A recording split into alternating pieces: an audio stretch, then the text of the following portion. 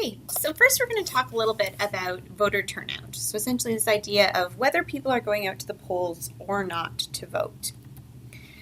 So you can see globally there's been a decline in voter turnout in recent years, or at least since the 1940s.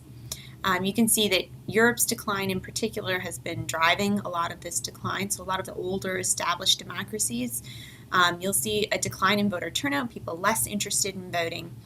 And actually an increase in turnout in some parts of the world, so for example in Asia. So Canada, of course, is no different.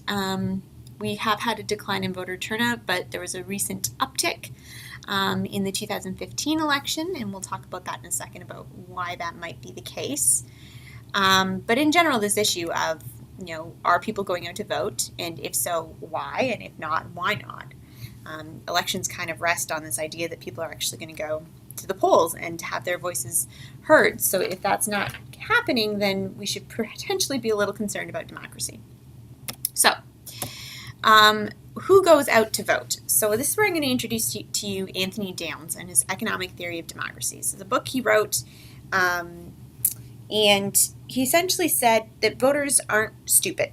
They're going to decide to vote based on a rational calculus. So they're rational actors, and they're going to decide to vote based on a specific calculation, looking at a variety of terms. So this is the term that we use for Downs' rational calculus voting. Actually, his original rational calculus just included these terms. So essentially, voter turnout is a function of the probability of your vote mattering. So what does that mean? So does my vote actually have a chance of being the deciding factor? So in a lot of cases, probably if you're super rational, your vote won't actually make a huge difference. It isn't actually rational to think that your vote's going to be that deciding factor. In Canada, we've had some really close elections at the riding level. So for example, I'm originally from the riding of Nipissing-Temiskaming, and we've had in Nipissing and in Nipissing-Temiskaming, we've had a lot, I think 3 within recent memories, where it was under 20 votes that separated the Liberal and Conservative candidates. So there's definitely some cases where, you have this probability of your vote mattering, especially in close ridings, a lot, but in a lot of cases it doesn't necessarily matter in terms of that one vote making the difference.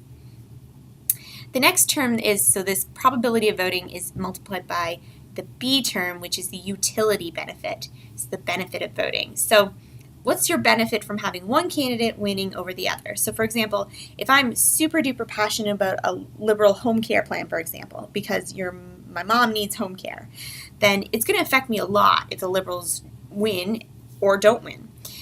So in that case, the benefit or the utility of me voting is going to be much higher than, if there isn't a particular issue that's at stake for me. Then you're going to minus the costs of voting. So all of the costs are not necessarily like financial costs, though they can be financial costs. It's also things like, how much time do I need to take out of my day to go vote? Do I live really far away from the polls? Is it going to take me a long time to figure out who to vote for and how to vote? There's also an effort cost. So, I'm going to have to take this effort of going to register. I'm going to have to take this effort to actually make it to the polls. So these are all some of the cost components of voting. So they say the probability of your vote mattering times the utility minus the cost, and that's what Downs originally said was your likelihood of voting. So obviously we are not specifically quantifying each of these terms, but he says this is kind of the calculus that's going on in somebody's head. Now, Riker and Oderschuk, who are 2 other scholars, added this D term. I think it was Riker and Oderschuk. It might have been, I think so. Anyway, point being, they added this term, the D term, as we call it, and that's citizen duty. So they noticed, wait a second, maybe this rational calculus isn't always working. Maybe people aren't being rational. And they said that final term that really we are having a hard time quantifying is people's sense of duty. Some people will go to vote even if it's not going to benefit them, even if it doesn't seem like their vote's going to matter, even if there's tons of costs. They're going to still go out to vote because they have this ingrained sense of civic duty. So today when we use a rational calculus of voting, we often talk about this adding this D term, or this feeling of duty to vote. All right, so On a comparative level, so between countries, what can we say about factors that might influence turnout? So there's a variety of factors at the individual level and also factors at an institutional level. So first of all, at the individual level, age. So we know that voter turnout tends to increase with age, with the slight exception of the elderly. So generally, younger voters tend not to go to the polls, older voters do, and when you get really old and mobility becomes an issue, you see a slight decline in voter turnout. Something that's interesting, though, is you saw in the 2015 election that there was actually quite a pronounced increase in voter turnout among the youngest voters. I don't know if people are entirely sure why that's the case. It could be, young voters tended to be attracted to Trudeau. It's really something that we haven't empirically demonstrated why that's the case, but there was a bit of an uptick in 2015, so we'll have to see in 2019 if we get the same. Another common factor around the world that's going to influence turnout is education.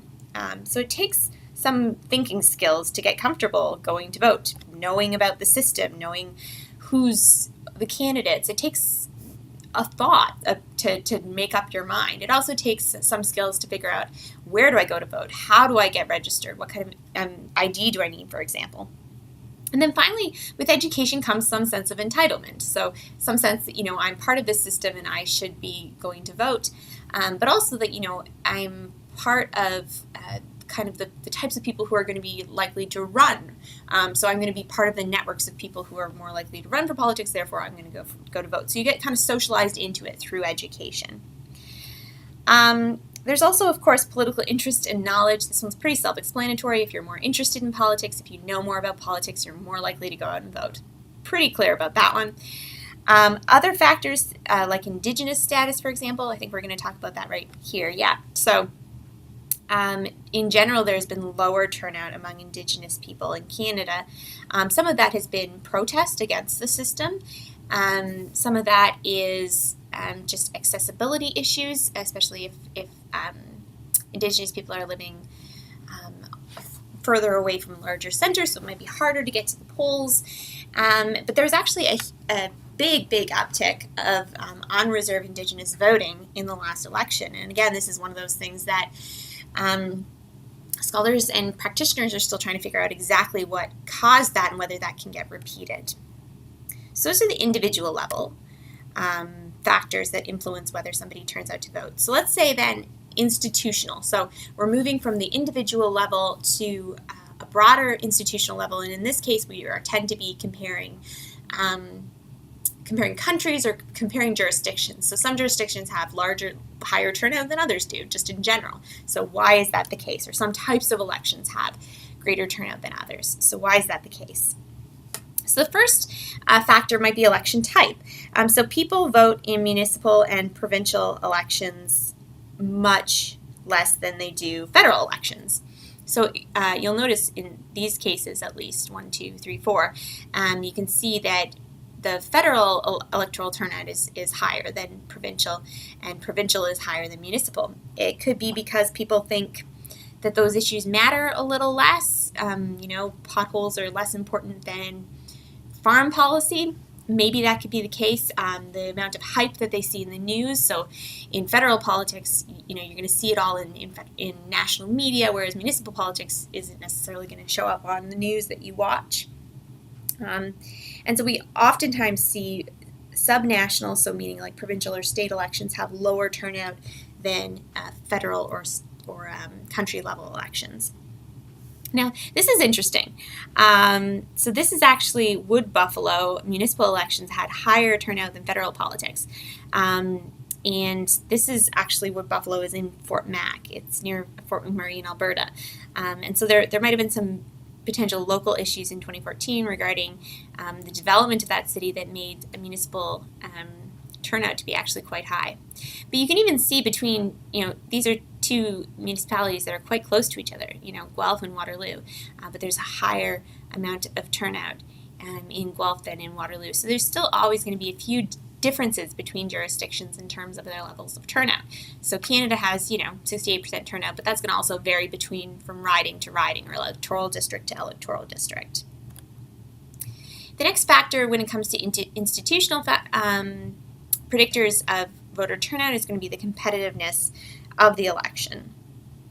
So essentially, if the election is a tight race, people are going to be more likely to go to the polls. If they think that, the two candidates are going to be really close, then they're going to go out to vote because, again, we talked a little bit about this idea of probability of my vote mattering is going to be higher. And so in general, you see high competition elections where there's a variety of viable candidates have higher turnout in general than less competitive elections where it's kind of like, yeah, we all pretty much know who's going to win. So what's the point of me even going out to vote? So you can see this at the national level. You can also see this at the local or electoral district level. Electoral system also plays a factor.